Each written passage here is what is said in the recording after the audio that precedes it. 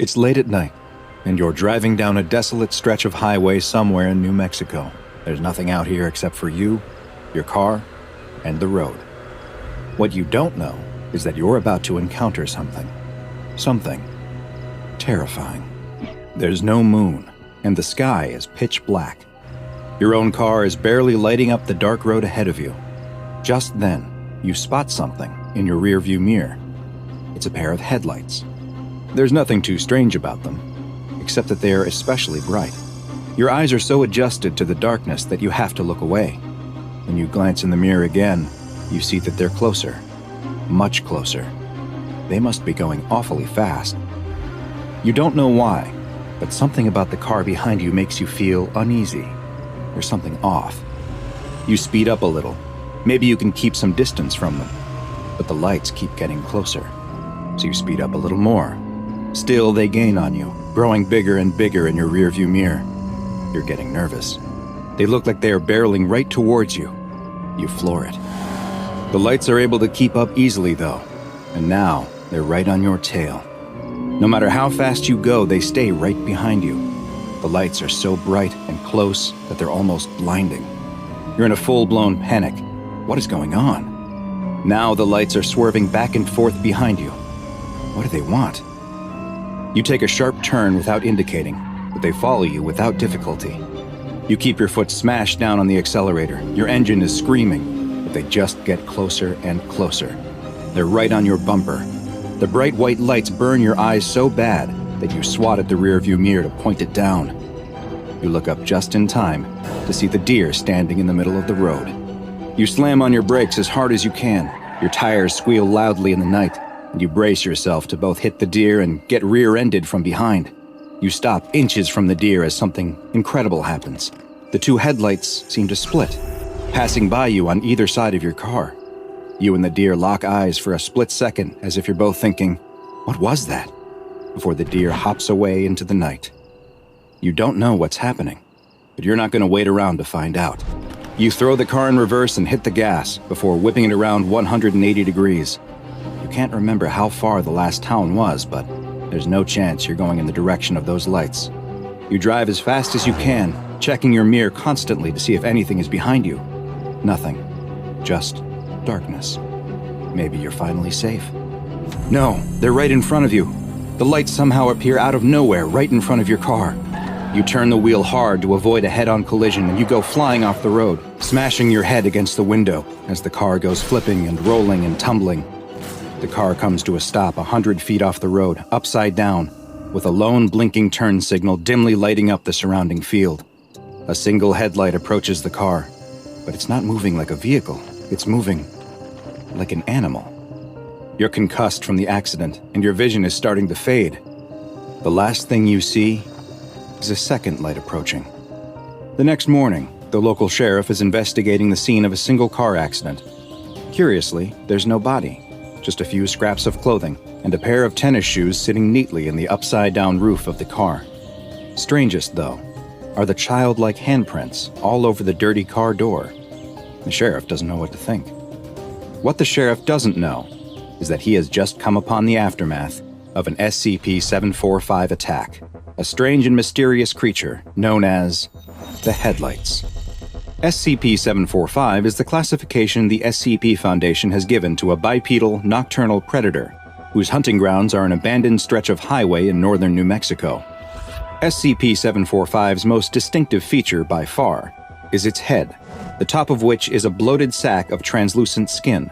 There are no visible sensory organs present on the head, nor does it appear to have a solid skull, and the creature's brain can be directly seen through the semi-transparent skin, which is covered in a web of bioluminescent organs. These organs are capable of producing a steady output of light that's been measured between 1400 to 3200 lumens, which is the equivalent of bright xenon gas headlights. The entity has been observed to have the ability to change the color of this light, as well as flash it in specific patterns. It is theorized that it engages in this behavior as a way to defend itself, and potentially may also use it as a way to communicate with other members of its species. The rest of SCP-745's body is covered in skin that is a deep, dark, black color that almost seems to absorb light. This quality, when paired with their blindingly bright head protrusion, gives the appearance of a floating point of light in the darkness. Because SCP-745 entities hunt almost exclusively in pairs, with their preferred hunting grounds being remote sections of highway, they are easily mistaken for oncoming or approaching headlights. Two SCP-745 entities are able to move together in perfect synchronicity, running in tandem at speeds up to 180 kilometers per hour. Together, they will target lone vehicles that they spot on the highway and will begin to chase or run straight towards them, giving the unlucky driver the impression that a fast-moving car is rapidly approaching them. After they near the targeted car, they will attempt to stop it by any means necessary, whether by simply forcing the driver to pull over out of fear or by running them off the road completely. Once their prey has stopped, crashed, or become otherwise incapacitated, the pair will stop moving together and approach the car separately to directly assault and then consume the vehicle's occupants. Next to no remains are left following an attack, save for a few scraps of clothing in the victim's shoes. Other than the damage sustained during the accident, there is never any other sign of struggle or forced entry, with the only other evidence left at the scene being the childlike handprints from SCP-745's small front paws.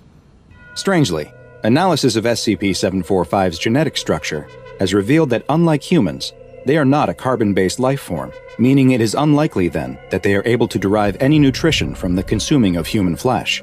It is theorized then that they may be hunting solely for sport or some other form of perverse enjoyment.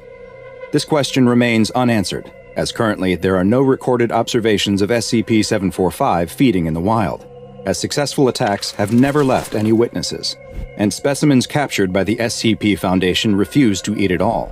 No lairs, nests, or other refuge of SCP-745 has ever been found, nor has the Foundation located any breeding grounds or young examples of the entity. It's unknown how or if they reproduce, or when they may have first appeared.